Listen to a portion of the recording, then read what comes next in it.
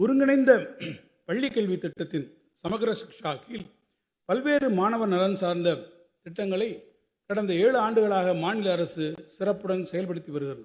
குறிப்பாக மாணவர்களின் அடிப்படை கல்வியறிவை உறுதி செய்யும் எண்ணுமெழுத்தும் திட்டம், மாற்றுத்திறனாளி குழந்தைகளுக்கான சிறப்பு கல்வி, தொலைதூர குடியிருப்புகளிலிருந்து மாணவர்கள் பள்ளிகளுக்கு வந்து சென்றிட போக்குவரத்துப்படி, ஆசிரியர்களின் ஊதியம், மாணவர்களின் எதிர்காலத்தை செதுக்கிடும் உயர்கல்வி வழிகாட்டி, மாணவர்களின் தனித்திறன்கள் மிளிர்ந்திட கலை திருவிழா, கல்வி சுற்றுலா, இணைய வசதி உள்ளிட்ட பள்ளிகளுக்கான கட்டமைப்பு வசதிகள் என பல்வேறு திட்டங்கள் மாணவர்களின் கல்வி நலன் சார்ந்து தமிழ்நாட்டில் நடைமுறைப்படுத்தப்பட்டு வருகின்றன.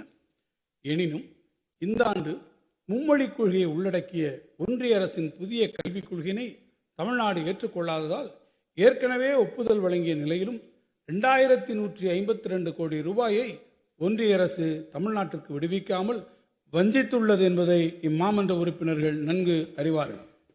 ஒன்றிய அரசு தமிழ்நாட்டுக்கு உரிய நிதியை விடுவிக்காவிட்டாலும் மாணவர் நலன் கருதி அரசு பள்ளி மாணவர்களின் கல்வி ஒரு துளியேனும் பாதிக்கப்படக்கூடாது என்பதற்காக ஆசிரியர்களின் ஊதியம் உள்ளிட்ட அத்திட்டங்களுக்குரிய நிதியை மாநில அரசே தனது சொந்த நிதி ஆதாரங்களில் இருந்து விடுவித்துள்ளது.